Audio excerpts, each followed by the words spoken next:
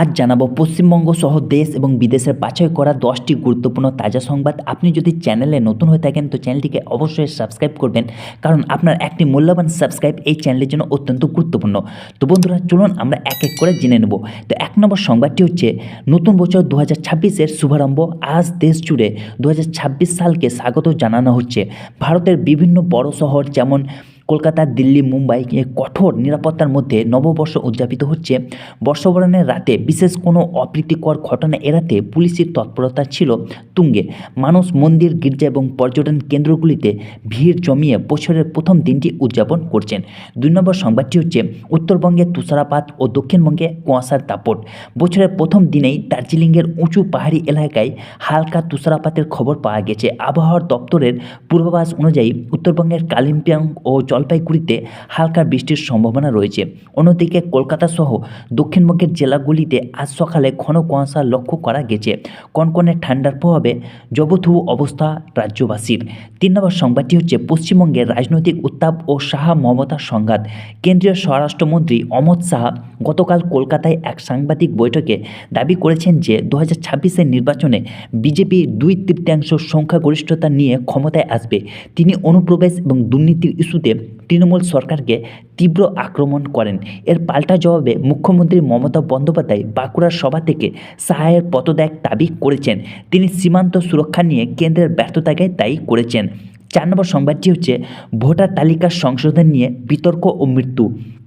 পশ্চিমবঙ্গের ভোটার তালিকা সংশোধনের প্রক্রিয়া চলাকালীন উত্তপ্ত পরিস্থিতি তৈরি হয়েছে। পূর্ব মেদিনীপুর ও পুরুলিয়ায় শুনানি চলাকালীন শুনানির আগে 2 জন ভোটারের আত্মহত্যার ঘটনা ঘটেছে। এই ঘটনায় পরিবারের পক্ষ থেকে মুখ্য নির্বাচন কমিশনার এবং রাজ্যের মুখ্য নির্বাচনী আধিকারিকের বিরুদ্ধে পুলিশি অভিযোগ দায়ের করা হয়েছে। নির্বাচন কমিশন জানিয়েছে, আইন অনুযায়ী কর্তব্যরত আধিকারিকদের বিরুদ্ধে এই ধরনের মামলা করা যায় না। 5 নম্বর সংবাদটি হচ্ছে আজ থেকে 8ম পে কমিশনের তোড়জোড়। কেন্দ্রীয় সরকারি কর্মচারীদের জন্য আজকের দিনটি অর্থাৎ 1 জানুয়ারি 2026 অত্যন্ত গুরুত্বপূর্ণ দিন হিসেবে দেখা হচ্ছে। ধারণা করা হচ্ছে 7ম পে কমিশনের মেয়াদ শেষ হওয়ার সরকার শীঘ্রই 8ম পে কমিশন নিয়ে বড় ঘোষণা করতে পারে। ডিএ বৃদ্ধি এবং বকেয়া টাকা সংক্রান্ত বিষয়ে কর্মচারীদের মধ্যে ব্যাপক প্রত্যাশা তৈরি হয়েছে। বেতন বৃদ্ধির এই সম্ভাবনা লক্ষ লক্ষ সরকারি কর্মীর মুখে হাসি ফোটাতে পারে।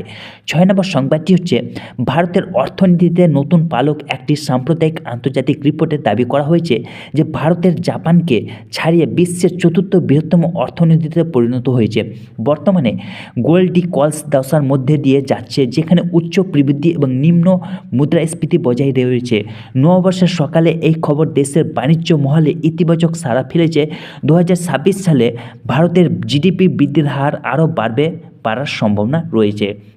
7 নম্বর সংবাদটি হচ্ছে কলকাতায় ব্যাংক ছুটি। নতুন বছরের উপলক্ষে আজ পশ্চিমবঙ্গ সহ দেশের অনেক রাজ্যে ব্যাংক বন্ধ রয়েছে।